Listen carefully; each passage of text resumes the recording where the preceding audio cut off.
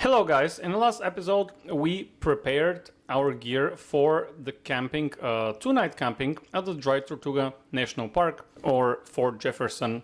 We boarded up the ferry and after we arrived we walked around the island and I showed you a little bit about how the island looks like. And we finished the episode with my first snorkel at the Dry Tortugas. The water is Gatorade blue and looks amazing.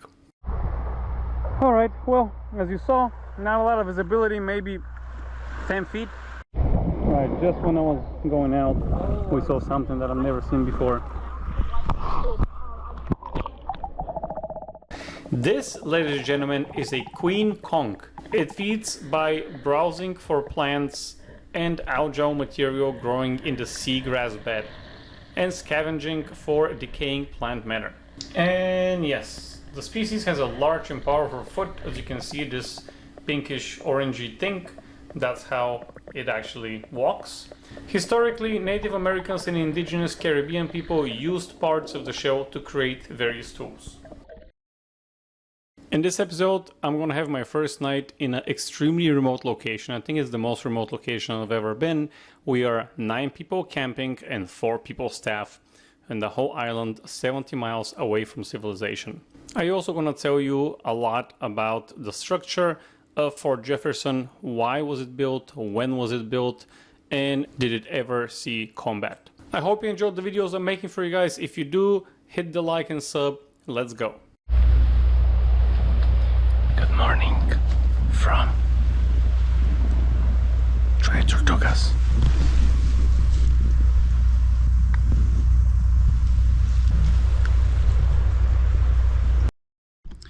Hey, it's day 2 and here why I think you should definitely come here for 2 nights. Yesterday and actually last night was the first night, and right now it's 8 in the morning.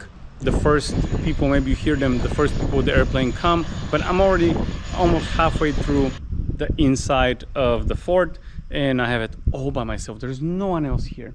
Also in the morning we woke up, saw the sunrise. Actually last night we also walked down the beach and stargazed, and I cannot show you on video, but it looked insanely amazing. Like I have never seen stars this bright.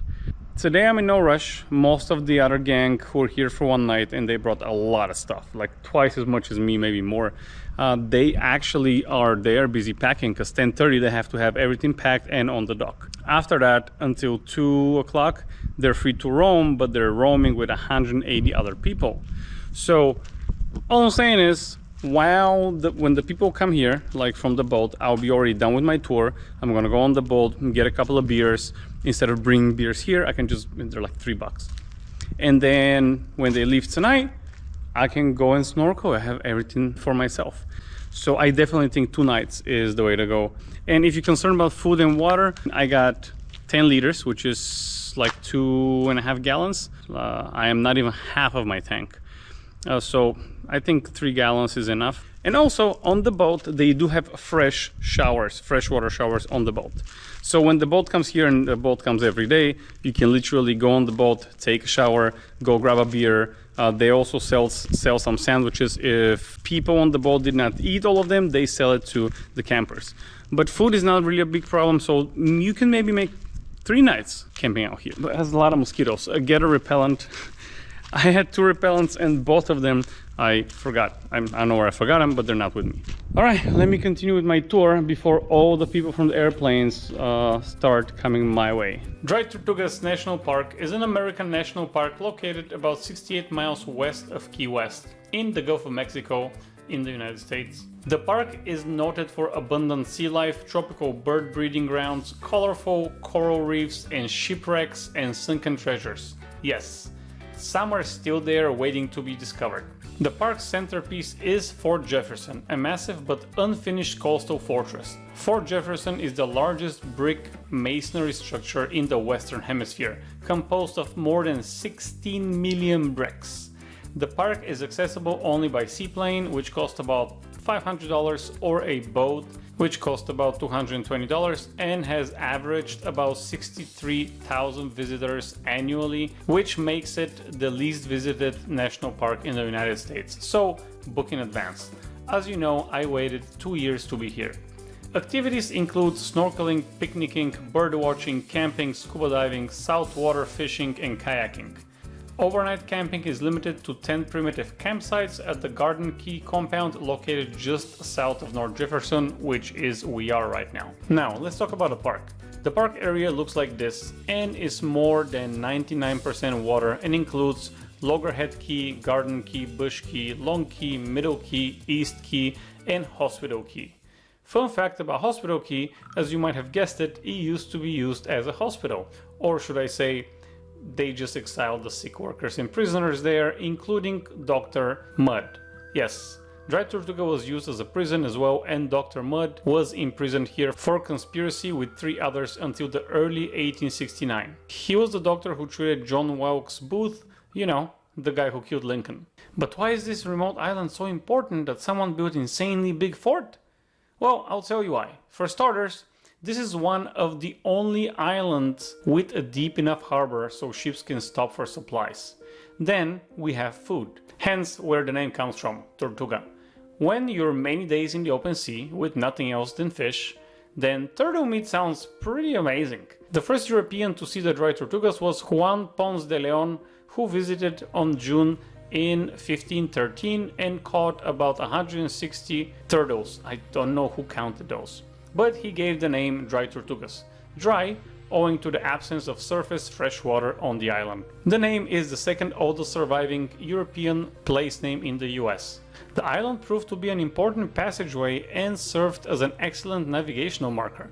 The United States purchased Florida in 1822 and immediately began planning the creation of a large fort in Dry Tortugas. They believed that the 70-mile wide straits between the Gulf Coast and Atlantic Ocean were crucial to protect, because anyone who tried to occupy the area were sure to gain control over the Gulf Coast trading routes as well. The result of this was Fort Jefferson, which began construction in 1847 on Garden Key Island. By 1860, the United States had spent more than $250,000 and the fort was only halfway completed. Work on the fort continued through the Civil War, but was ended as soon as the Civil War ended.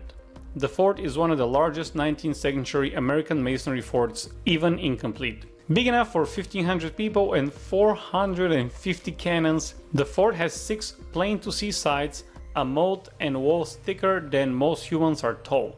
Those cannons actually never saw a combat, and this was the whole point.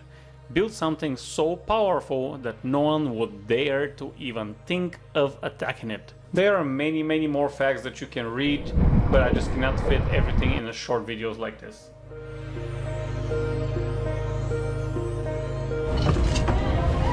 We made it, peeps. Yeah. Alright guys, gals. Ugh, I don't know how to clear this. Well, see you. Yeah. Best of luck when you drive as well. Drive safe. Hope your winning streak comes Oh, I hope it comes back. See ya. Alright, well, that was then. That's all she wrote. How we going, guys? We're leaving the Yankee Freedom, going to grab the car, and 8 hours back to Jacksonville. It's an amazing experience. If you have a chance, come and stay for 2 nights. I think 3 might be too much, but 2 nights definitely is worth it.